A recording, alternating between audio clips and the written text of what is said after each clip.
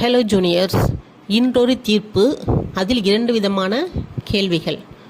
First ஒன்று பார்த்தீங்கன்னா, ஒரு ஆயுள் தண்டனையோடு மற்ற தண்டனையும் சேர்த்து கொடுக்கும் சமயத்தில் அதனை கன்கரண்டாக, அதாவது ஒரே சமயத்தில் அனுபவிப்பதா அல்லது கான்சிக்யூட்டிவாக, அதாவது 1 by 1 அனுபவிப்பதா, இது சம்பந்தமான ஒரு கேள்வி. ரெண்டாவது பார்த்தீங்கன்னா, அக்யூஸ்டு மட்டுமே எடுத்து செல்கின்ற அந்த அப்பீலில் தண்டனையை உயர்த்தி கொடுக்க முடியுமா, இது சம்பந்தமாக Supreme Court of India 2026 INSE page number 880 reportable 1 Gopi versus state. இதில் இந்த கோபியை ஒன் ஆஃப் தி அக்யூஸ்டு, அவருக்கு ட்ரையல் கோர்ட்டில் கொடுத்த தண்டனையை பார்த்தீங்கன்னா 3 மர்டர் கேஸுக்கு 3 கவுண்ட்டுக்கு 3 லைஃபை கொடுத்துட்றாங்க.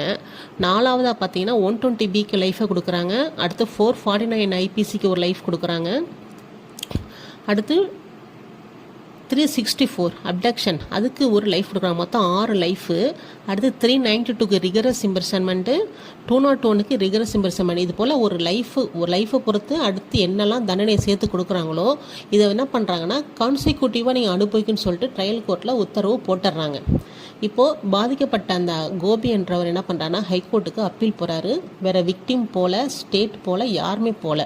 இப்போ இந்த அப்பீல் பெட்டிஷனில் என்ன பண்ணுறாங்கன்னா ஹைகோர்ட்டில் அந்த லைஃப் சென்டென்ஸ் என்ன பண்ணுறாங்க, 120B லைஃப் இல்லையா, அதை மட்டும் அப்படியே எடுத்துகிட்டு மற்ற 5 லைஃபையும் ஃபிக்ஸ் பண்ணி என்ன பண்ணுறாங்கன்னா நேச்சுரல் பார்ட் ஆஃப் த லைஃப்னு சொல்லிட்டு அதை என்ஹான்ஸ் பண்ணிடுறாங்க, உயர்த்தி கொடுத்துட்றாங்க ஹைகோர்ட்டில்.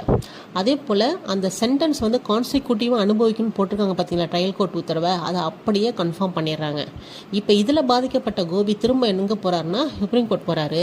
அங்கே என்ன ஃபைனல் பண்ணுறாங்கன்னு பார்த்தீங்கன்னா, ஒரு தண்டனையோடு, ஒரு லைஃப் இம்ப்ரிசன்மெண்டோடு, அதாவது ஆயுள் தண்டனையோடு மற்ற எந்த தண்டனையும் சேர்த்து கொடுக்கும் சமயத்தில் அந்த தண்டனையை நீங்கள் கன்கரண்டாக மட்டும்தான் கொடுக்க முடியும், கான்சிக்யூட்டிவாக நீங்கள் கொடுக்க முடியும்னு சொல்லிட்டு ஏற்கனவே உள்ள landmark judgment Muthuramalingam versus state 2016 8 SCC 313 அந்த வழக்கை இங்கே அப்சர்வ் பண்ணி என்ன பண்ணுறாங்கன்னா அதை கான்சிக்யூட்டிவாக தான் பண்ணக்கூடாது, கன்கரண்டாக மட்டும்தான் நீங்கள் கொடுக்குன்னு சொல்லிட்டு ஒரு டைரக்ஷனாக கொடுத்துட்றாங்க.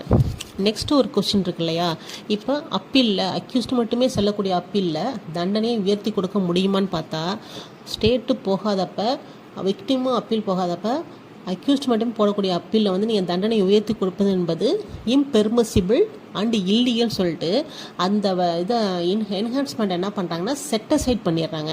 இந்த 2 விஷயத்தை முடிவு பண்ணி என்ன பண்ணுறாங்கன்னா இந்த வழக்கை முடிக்கிறாங்க. ஒரு அருமையான ஜட்ஜ்மெண்ட்டு கான்சிக்யூட்டிவாக அல்லது என்ஹான்ஸ்மெண்ட்டான சம்மந்தமாக. தேங்க்யூ.